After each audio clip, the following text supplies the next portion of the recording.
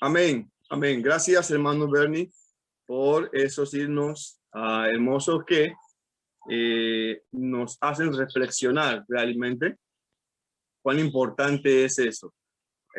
Hoy, pues, les sirvo como expositor al tema el gozo en medio de un aparente enemigo, ¿verdad? Esto es basado en el tema central de la iglesia, luchando con más fuerza para alcanzar la gloria eterna. Quizás, y puedo decir que a la mayoría de nosotros nos ha ocurrido que después de una gran amistad o después de una gran hermandad con alguien o con muchas personas, sucede que por alguna razón dijimos algo que no fue agradable o hicimos algo que no fue agradable para la otra persona y no sabemos cómo resolverlo. Y entonces se dan las fricciones, ¿verdad? Y del tema de la alegría que gozábamos antes, entonces viene y empieza un ambiente de distanciamiento, ¿sí? Empieza un ambiente de distanciamiento, un ambiente de esquiva, un ambiente esquiva, ¿verdad? Donde no quiero estar, donde ella o ellos están, y en fin, se crea un ambiente de no estar de acuerdo en muchas cosas. Pues bien, espero en el Señor que cuando desarrollemos el tema, ¿verdad? Podamos tener herramientas para volver a restaurar eso, porque en el contenido de nuestra predicación queremos ver esa herramienta de cómo lograr que haya gozo en medio de un aparente enemigo. Y digo aparente enemigo porque en realidad en nuestra posición como cristianos primeramente no debemos tener enemigos. Lo que pasa es que a veces no tenemos herramientas para resolver nuestros inconvenientes o desacuerdos, ¿verdad? Y entonces creamos una barrera, ¿verdad? Creamos una barrera y ya pensamos que el que está del lado de allá es nuestro enemigo o es quien está en contra mía o es quien está en oposición mía. No es así, no es así. Cuando Jesús empieza su ministerio, él nos dio muchas herramientas para enfrentar diferentes situaciones en la vida. Hoy quiero compartir contigo o con ustedes, nuestros queridos hermanos y amigos, basado en el texto de Hechos capítulo 8, en el versículo 5 al versículo 8, esos 4 versículos, ese tema, ¿verdad? Ese tema. Gozo en medio de un aparente enemigo. Leemos entonces nuestros textos. Entonces Felipe, descendiendo a la ciudad de Samaria, les predicaba a Cristo. La gente, unánime, escuchaba atentamente las cosas que decía Felipe, oyendo y viendo las señales que hacía. Porque de muchos que tenían espíritu inmundos, salían estos dando grandes voces. Muchos paralíticos y cojos eran sanados. Así que había gran gozo en aquella ciudad. Cuando nosotros leemos estos versículos, estos 4 versículos, en fin, eso, el mismo capítulo 8, nos introduce a una etapa de la iglesia que pareciera una etapa dura, pero fue necesaria para para que el evangelio del Señor, para que la predicación, para que la palabra del Señor pudiera correr, pudiera ser anunciada, pudiera ser expuesta al mundo. Sucede, hermano, que con la muerte de Esteban, que son los capítulos anteriores, o los versículos anteriores, más que todo, será una persecución. Los cristianos empiezan a tratar de proteger su vida, ¿verdad? Y ahí encontramos a un personaje en medio de esta persecución. Encontramos a un personaje que se llama Saulo, al que después conocemos como Saulo de Tarso, Pablo, nuestro hermano, ¿verdad? Esas son las escenas que se presentan en ese capítulo, ¿verdad? Pero en estos 4 versículos que hoy encabezan nuestra exposición, nos relata uno de los hechos que tomaron lugar después de que nuestros hermanos fueran esparcidos o perseguidos por Jerusalén o desde Jerusalén. Y ese hecho es el evangelio o la llegada del evangelio a Samaria. Sí, con la persecución, el evangelio llega a Samaria. Parece ser que los discípulos del Señor estaban digamos así, de repente cómodos, o estaban conformes con que el evangelio se quedara ahí en Jerusalén. Pero no debía haber sido así. En Hechos capítulo 1, Jesús dice que el evangelio saldría de Jerusalén, pasaría por Judea, Samaria y por todo el mundo. Debía llegar el evangelio más afuera. Pero ahora está en Samaria. Y nosotros nos preguntamos en nuestro tema, ¿quién era Samaria? ¿Qué clase de pueblo era Samaria? Bueno, ustedes recordarán que Samaria, en una primera línea, quisiera decir, no tenía muy buena relación con los judíos, o sea, con parte del pueblo de Israel en los tiempos de Jesús.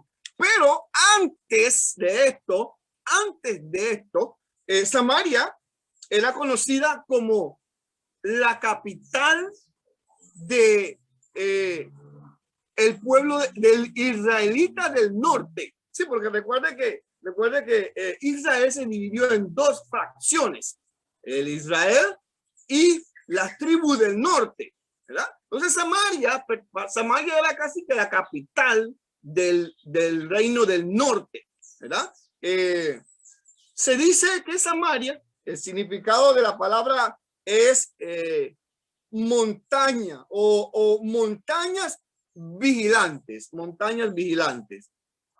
Samaria también después fue conquistada, ¿verdad?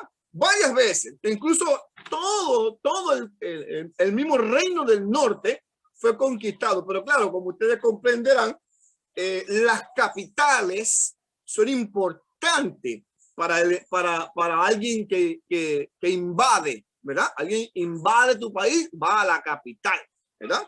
A querer poner allí su fuerza. Pues Samaria fue uno de esos. Samaria fue conquistada primeramente por los asirios.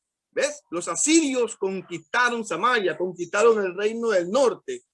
Y con los asirios conquistando el reino del norte y Samaria, todo el pueblo que estaba en Samaria fue quitado y Samaria fueron puestos otros hombres, otras personas, extranjeros, poblaron Samaria. Así que conquistado por los asirios, puesto un pueblo diferente. Una vez después, conquistado por los griegos. Samaria, o el reino del norte, es sacada a las personas que estaban allí y puestas otro grupo de personas, igual de parte de los griegos, en este sentido, ¿verdad? Luego de los griegos, que conquistaron Samaria en el 331 antes de Cristo. 331, fecha mucho antes de Cristo, ¿verdad? Luego de los griegos, los asmoneos conquistaron, ¿verdad? Samaria. Eso ocurrió en el 119 antes de Cristo. Le comento esto porque es importante ver quién era Samaria y por qué hay esa actitud en los tiempos de Jesús de parte de los discípulos. Y como ustedes comprenderán, Samaria, en principio, como ya hemos dicho, era la capital y tenía mucha importancia. Pero una vez conquistada por todos estos reyes, la cultura de Samaria, la dedicación de Samaria a las cosas del Señor, la importancia de Samaria en los planes de Dios, o más que todo en lo que era la conducta de los judíos, Samaria va perdiendo credibilidad. Y no porque ellos querían perder credibilidad, sino porque habían sido conquistados, habían sido derrotados, habían sido invadidos, en fin, habían sido llenos de influencias, ¿verdad? Habían sido llenos de todo aquello que no era aceptable de parte de los hermanos de ellos que estaban en otros pueblos. Samaria, entonces, mi hermano, se convierte en una ciudad llena de personas que podemos decir en los tiempos de Cristo, personas indeseables. No debía haber sido así. Pero en los tiempos de Jesús, muchos años después, Jesús llega y empieza su ministerio y Samaria sigue allí. Samaria sigue allí. Y Samaria sigue siendo reconocida como parte de las tierras de Israel. Sigue siendo parte del terreno de Israel. Y Jesús ahora, con el plan que él tiene, él ahora procede a hacer un cambio en la mente de los discípulos. Jesús procede a hacer un cambio. Desde luego, mi querido hermano y amigo, que Jesús sí conocía de dónde había salido Samaria y qué había pasado con Samaria. Por lo tanto, Jesús en su ministerio intenta romper, intenta resolver, ¿verdad? Digo, romper es las cadenas de la desunión, ¿verdad? Intenta romper aquella pared que existía entre judíos y samaritanos, quienes eran los mismos. Jesús entonces, en el libro de Lucas, ¿verdad? En el capítulo 9, versículos 52-54, solamente luego lo apunte, dice el texto, y envió mensajeros delante de él, los cuales fueron y entraron en una aldea de los samaritanos para hacerles preparativos, mas no le recibieron, porque su aspecto era como de ir a Jerusalén. Viendo esto, sus discípulos, Jacobo y Juan, dijeron: Señor, ¿quieres que mandemos que descienda fuego del cielo como hizo Elías y los consuma?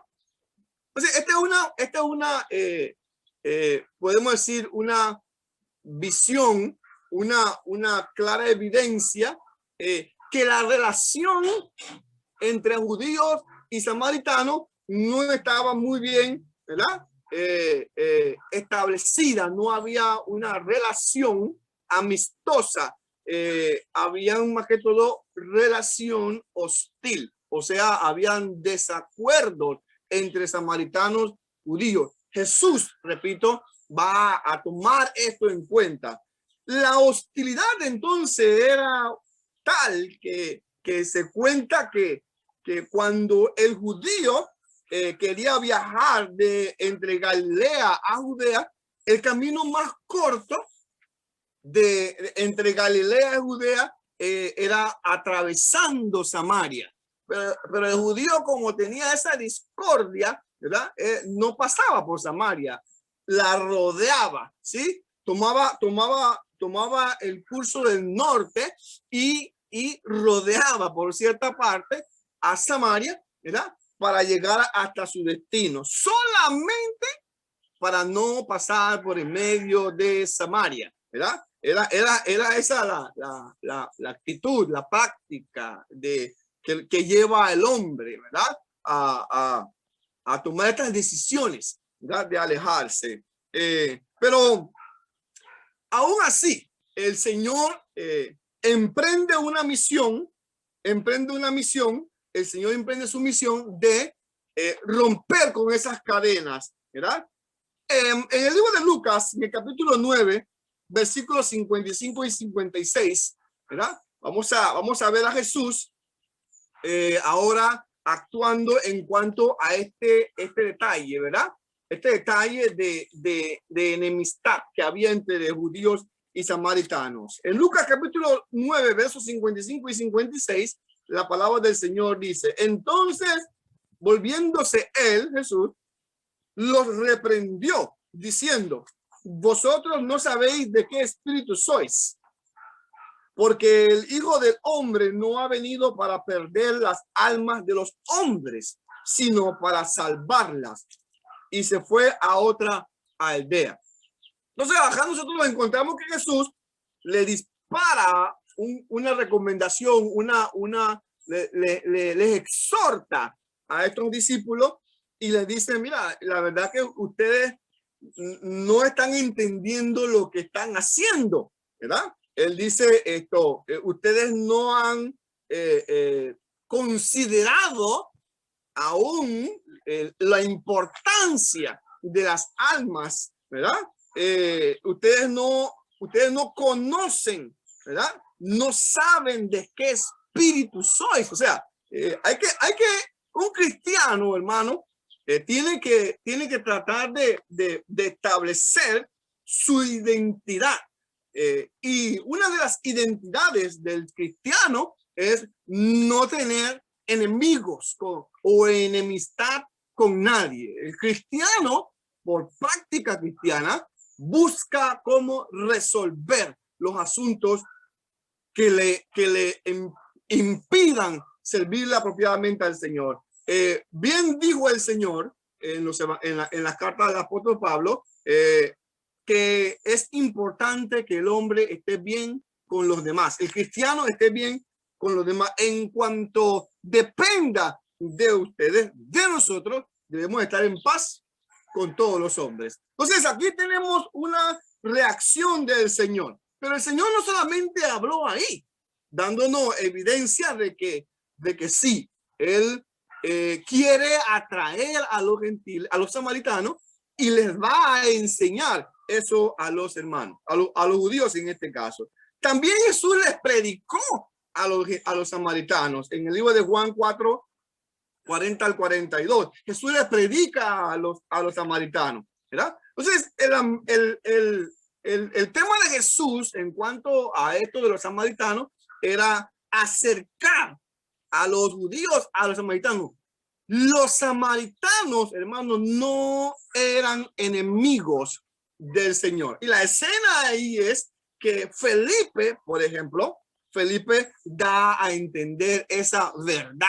Jesús no quiere que haya enemistad entre judíos y samaritanos. Con toda la información que recibió Felipe en cuanto a esta práctica y con toda la información que él tiene en cuanto a la conducta del cristianismo con el samaritano, Felipe llega a la conclusión en su corazón y dice: Samaria no tiene la culpa.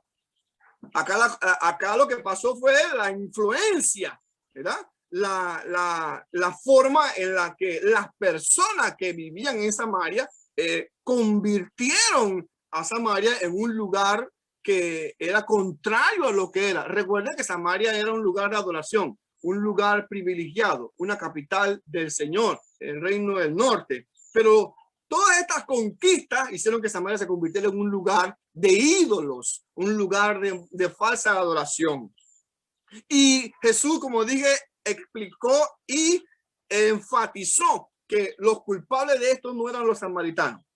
Las circunstancias llevaron a los samaritanos a tener la fama. ¿Por qué? Porque cuando usted nota algo, Jesús allá en el pozo de Sira, en el pozo de Jacob, ¿verdad? Él amablemente se dirige a la samaritana. Y la samaritana muy amablemente se dirige a él. No había tal discordia en realidad. Lo que pasaba era que los judíos, como dijo Jesús, no sabían de qué espíritu estaban hechos. En otras palabras, no sabían cómo podían resolver este asunto. No entendían el hecho de que los samaritanos también eran parte del reino del Señor. Más adelante se dan cuenta. Pero Felipe en Hechos capítulo 8 ya parece haber entendido que esta discordia, que este problema, que este desacuerdo no debiera continuar.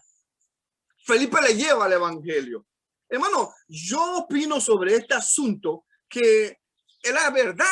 A veces uno no sabe las circunstancias de las personas, ¿sí? Trasladándolo a nuestra vida, uno no sabe las circunstancias de las personas. A veces uno las cataloga, les pone un catálogo, le pone un nombre, uno le pone enemigo. ¿Por qué? Porque escuchó que robó, escuchó que es grosero, escuchó que es antisocial, en fin, escuchó que no le gusta trabajar, escuchó muchas cosas, pero en realidad no sabemos lo que ocurrió y nosotros, hermano, le ponemos una etiqueta indeseable. A ese no le voy a predicar el evangelio. Mi opinión, hermano, no debe ser así. No debe ser así. Nosotros debemos saber que Jesús viene con otra política. Jesús viene con la política del evangelio. Prediquemos el evangelio. No en vano, hermano. No en vano. El Señor dijo, id por todo el mundo y predicad el evangelio. En el mundo hay muchas personas y la característica de todo es que están siendo convencidas por el pecado. Hay que entonces darle derecho a todos de que conozcan el evangelio. Felipe así lo hizo. Sí, Felipe así lo hizo. Y Felipe pudo haber dicho, ya, yo me voy para Judea, porque según Hechos capítulo 1, podían haber sido para Judea. En fin, él pudo haber tomado cualquier camino, pero no. El Señor dijo, ve a Samaria. En Samaria, Felipe está predicando, hermano. Felipe está anunciando el evangelio. Felipe está confirmando la palabra. Felipe sabía, guiado por el Espíritu, lo que él tenía que hacer. Felipe sabía que Samaria no tenía la culpa, que la culpa allí de las rajaduras en la relación había sido del pecado, había sido de la incomprensión, había sido, hermano, de una situación que no estaba en nuestras manos, nunca estuvo en las manos de Felipe, nunca estuvo en las manos de los discípulos, estuvo en las manos de los conquistadores que cambiaron totalmente Samaria. ¿A cuántos de nuestros hermanos, a cuántos de nuestros amigos le ha sucedido lo mismo? Y muchos de nosotros lo hemos etiquetado. Amigos, hermanos, familias que están etiquetados como este no va a creer en el evangelio. A este otro tampoco, porque este lo veo con este peinado, este lo veo con esta forma de vestir, a este lo veo como esta forma de ser. Los etiquetamos, hermano, y no debe ser así. No debe ser así. La verdad de esto es así, hermano. Samaria merece el evangelio, como Jesús así lo dijo. Felipe entonces, enseñado, llega a Samaria y le predica el evangelio, hermano. ¿Y qué hacen los samaritanos? Lo apedrean. No, hermano, no lo apedrean, porque no había tal actitud de los verdaderos samaritanos. Los verdaderos israelitas estaban ahí dentro, eran celosos de la palabra del Señor. Tenían todavía en su corazón ese deseo de servir al Señor como antes lo tenían. Lo que pasa es que estas personas, los asirios, griegos y llenaron su corazón de cosas malas. Algunos se resistieron, me imagino que murieron, pero no eran así. No había tal sentimiento, hermano. Los samaritanos reciben la palabra. A veces uno se da cuenta, ¿verdad? De la verdadera actitud de las personas cuando uno les habla, cuando uno se siente y toma el valor de hablarle, toma el coraje de sentarse y hablar con ella de la palabra, decirle yo soy tu amigo, ¿verdad? Y lo que había allá ya no existe. Mire, yo quiero recordar,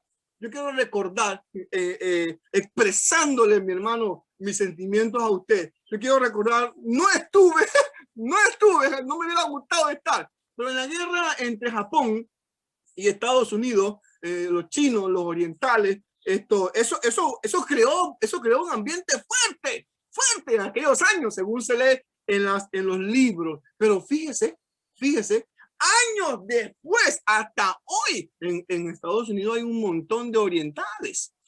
En Estados Unidos hay un montón de orientales y las guerras anteriores causaron dificultades por circunstancias, pero los hombres han cambiado. Los hombres no son los mismos. Entonces nosotros no podemos darle lugar a rivalidades o a disgustos antiguos, viejos, que rompen relaciones más que resolverlas. Nuestra intención como Felipe es de predicar el evangelio a toda criatura. Cuando uno predica el evangelio, hermano, a toda criatura, uno en realidad se da cuenta de lo que hay dentro de ella. Yo me imagino cuando Jesús le estuvo predicando a Pedro o a Mateo, o cuando Ananías estaba delante del apóstol Pablo. ¿Ustedes recuerdan eso? Cuando Ananías llega a Pablo, cuando se le predica el evangelio a Mateo, que eran personas que uno decía, no, a Mateo, no puede ser, a Mateo yo no le voy a predicar porque ese hombre no va a creer, ese hombre es un ladrón, ese hombre esto toma lo que no es de él, más impuestos que lo que debiera, y no, ese no.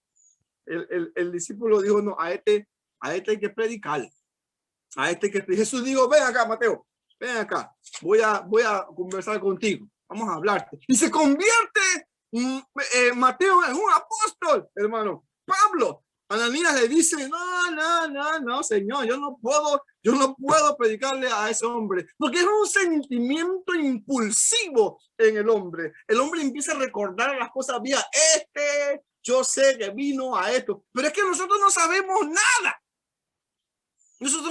nada, ¿verdad? Jesús le dice allá a los discípulos que querían prenderle fuego a los samaritanos, le dicen, ustedes no conocen su espíritu, ustedes no saben el carácter que hay en ustedes, ciertamente tienen celo, pero ese celo hay que controlarlo. Lo controlaron y Jesús le dijo, yo no he venido a perder las almas, yo he venido a salvar las almas. Ananías se sienta con Pablo, el perseguidor, el asesino, el que ponía a los discípulos en la cárcel. Ananías se sienta con él y le dice, Pablo, mira, Saulo, mira, Jesús te habló y yo te voy a hacer recordar lo que debes hacer. Esa es la actitud. Y entonces cuando usted nota allí, hay algo que ocurre después que Pablo se convierte. Cuando regresamos entonces a los samaritanos, mi querido hermano, usted encuentra allí que Felipe empieza a predicarle la palabra, que Felipe empieza a desglosar la vida de Jesús. Felipe empieza a hablarle de lo que ha pasado con el evangelio allá en Jerusalén. Felipe empieza a explicarle a los samaritanos lo que los samaritanos habían perdido durante el ministerio de Jesús, porque muchos samaritanos por miedo no habían querido escuchar. Pues claro, la gente lo apuntaba, tú no, y se alejaban claramente. Se alejaban y el conocimiento no llegaba a ellos. Eso no debe pasar entre nosotros, hermano. Eso no debe pasar entre nosotros. Nosotros no podemos permitir que nuestra generación, nuestros niños, nuestros jóvenes, nuestros adultos se pierdan de este privilegio de conocer la palabra. A veces nosotros nos expresamos de nuestros hijos, de nuestras familias, incluso de nuestros amigos a quienes amamos también, y le decimos no, dentro de nosotros decimos no, mi amigo no, porque él es, ella es, ellos son, y aquí para allá, y no le hablamos la palabra. Y cuando la primera reacción de aquel amigo o familiar, no, yo no quiero ir para la iglesia, eso de la iglesia es para otra persona, ay, de una vez uno se queda apampinchado, ¿verdad? Ay, una respuesta como esa tan apampinchó. No debe ser así. No debe ser así. Esa respuesta es un reto para ti. Es una acción que quieres sacar de ti ese buen deseo de predicarle, pero tú no has roto otros retos, tú no has tomado otros retos, la vida no te ha enfrentado a ti, hermano, a otros retos. ¿Y por qué no has huido? Porque te conviene ganar. Bueno, acá tú no sabes el gozo que produce cuando el evangelio llega al corazón de las personas. Samaria hoy día, hermano, tiene su sede de la iglesia del Señor. Sí, no tú ves en las redes sociales, tú vas allá, hay congregaciones de la iglesia del Señor en Samaria, pero no tan pronto vayamos ahí, sino que nos trasladamos un poquito más atrás. Y Felipe dice Lucas en el libro de Hechos, que cuando Felipe entró a Samaria y comenzó a predicar la palabra y comenzó a hacer las señales para confirmar el evangelio, hermano, como resultado que hubo, dice la Biblia, que el pueblo se llenó de gozo. Sí, porque el judío pensaba que el samaritano era su enemigo. No, el samaritano nunca ha sido enemigo del judío. Simplemente han habido disgustos quizás o disconformidades por causa del conocimiento antiguo, pero no era así. Los verdaderos samaritanos estaban allí creyendo, esperando con gran ansias que alguien llegase a predicar el evangelio. Sí, hermano, Felipe lo hizo. Felipe lo hizo y como resultado de eso, hermano, ahí está el gozo. Nosotros, hermano, nosotros podemos llegar ante las personas, aquellas que pensamos no nos van a recibir. Y podemos empezar con nuestra actitud. Digamos, hermano, que aquellos milagros que causó Felipe en medio de los samaritanos, que convenció a los samaritanos y que también la palabra unida a este testimonio convenció a los samaritanos. Hoy día nosotros tenemos la palabra firme en nuestras manos, la Biblia. Nosotros no necesitamos confirmarla. Ella en sí se confirma, pero nosotros podemos aplicar esa palabra a nuestras vidas y entonces demostrarle al mundo que la palabra ha cambiado nuestra actitud. Nosotros podemos mostrarle a las personas, nosotros podemos mostrarle a los amigos, nosotros podemos mostrarle a nuestros hijos que hemos sido instruidos por la palabra, de manera que nosotros sabemos cómo actuar. Tenemos la solución. Te muestro una forma. ¿Recuerdas cuando Jacob se peleó con Esaú? ¿Te acuerdas? Sí, yo sé que te acuerdas, allá en Génesis capítulo 32 y 33. Y luego que Jacob tuvo que salir de Labán, ¿verdad? Él pues, el destino de él era hacer su familia. Bueno, Labán lo persigue y lo detiene y pues tienen algún tipo de discusión, pero resuelven esas inconformidades y Jacob sigue su camino porque él iba al encuentro con su hermano. Pero sabía una cosa, ¿verdad? La relación entre Jacob y Esaú no eran las mejores.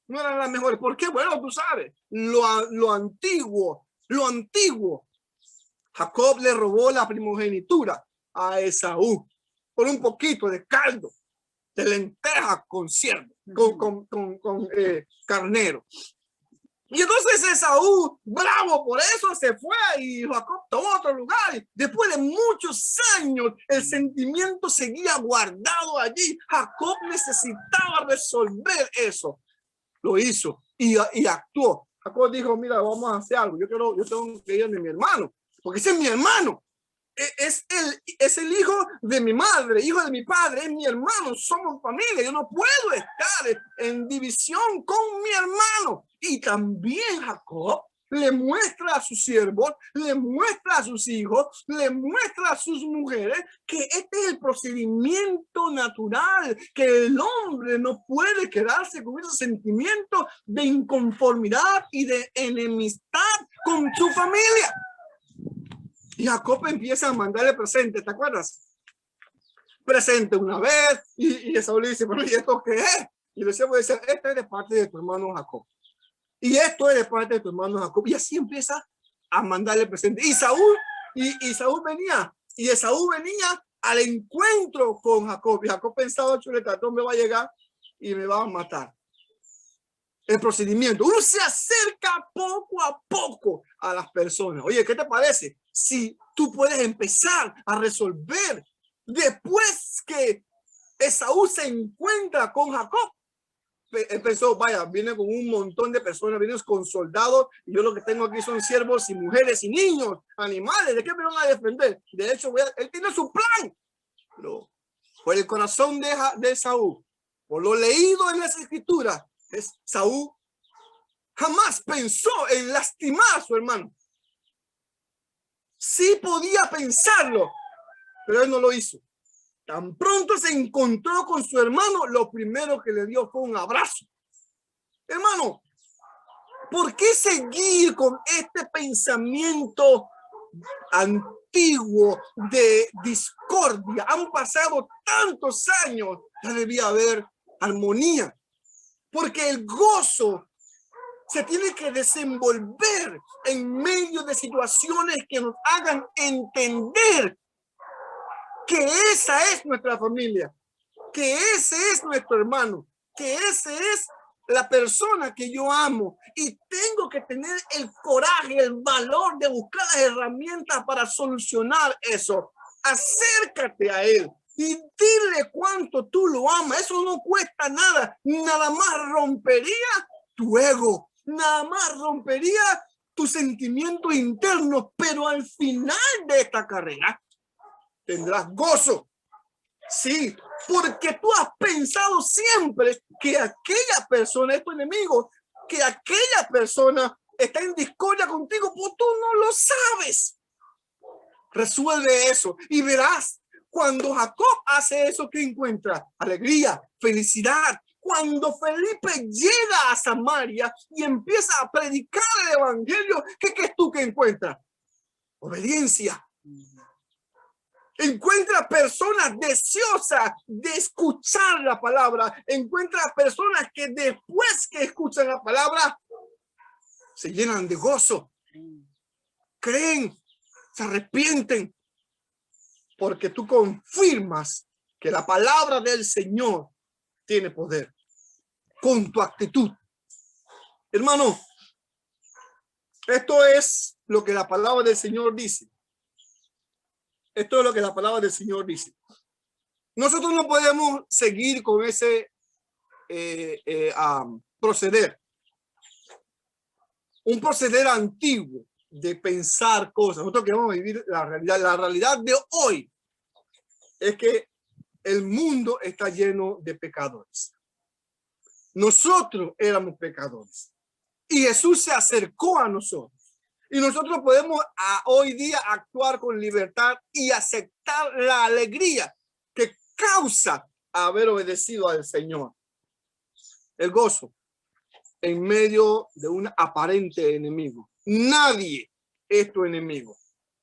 Nosotros creamos esa enemistad y no existe. Nosotros, por lo tanto, al haberla creado, nosotros podemos romperla. Nosotros mismos podemos deshacerlas, como el pecado, que causa división entre nosotros.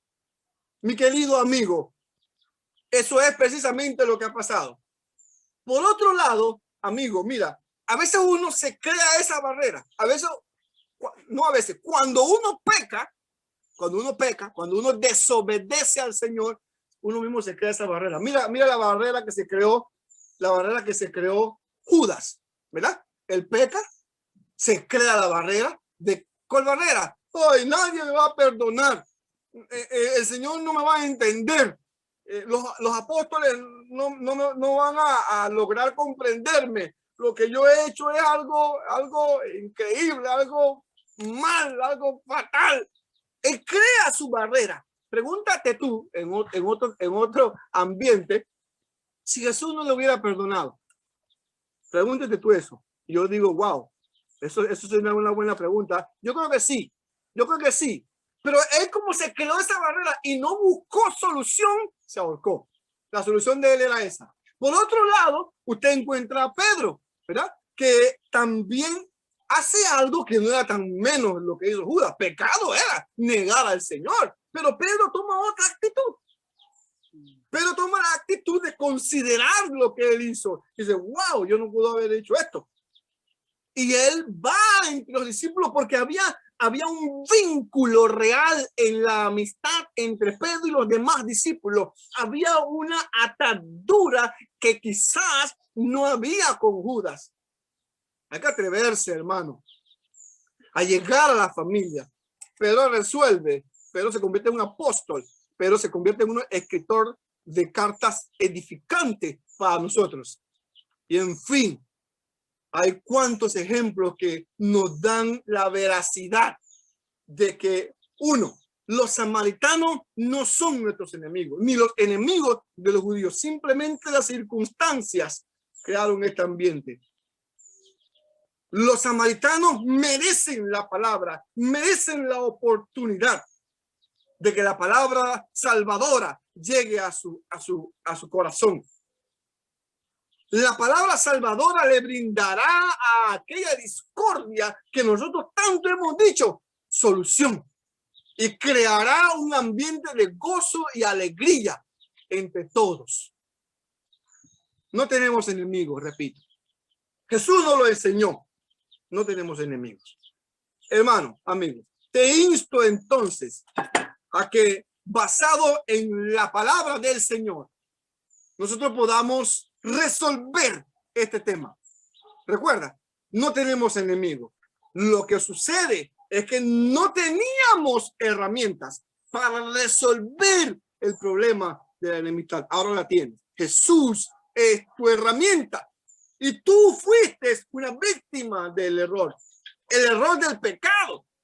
Jesús resolvió eso. Jesús te digo, no te preocupes. Yo para eso he venido. Para salvar a los pecadores. Ten valor. Habla con tu hermano. Habla con tu amigo. No creas que sea tu enemigo. Y luego sentirás el gozo que la reconciliación puede darte. Hermano, reconcíliate con el Señor. Tiempos difíciles estamos pasando. Tiempos en el que la distancia nos está afectando. No permitas eso. Recuerda, nosotros estamos aquí y te queremos, hermano. Te queremos, hermana. Simplemente no podemos visitarte porque no nos lo permite la circunstancia. Simplemente no podemos abrazarte porque no nos lo permite la circunstancia. Simplemente no podemos darte un abrazo firme y amoroso porque las circunstancias no son favorables para eso. Pero te queremos. Te amamos en el Señor y nosotros sabemos que tú estás luchando como aquellos samaritanos lucharon. Y el evangelio les llegó. Tú tienes el evangelio. Aférrate a él. Aférrate a él. Llama a tu hermano, llama a tu amigo. Compartamos la fortaleza. Y entonces se resolverá eso del aparente enemigo. No hay enemigo. El evangelio causa gozo y alegría entre todos. Para concluir, recuerda, nadie es nuestro enemigo. Jesús dice, ora por los enemigos. No hay enemigos en realidad. Hay personas que no saben, que no comprenden. y que no han probado del gozo del evangelio. Compartámoslos con ellos. Es importante resolver eso. Gracias por tu atención. Bendiciones en el Señor.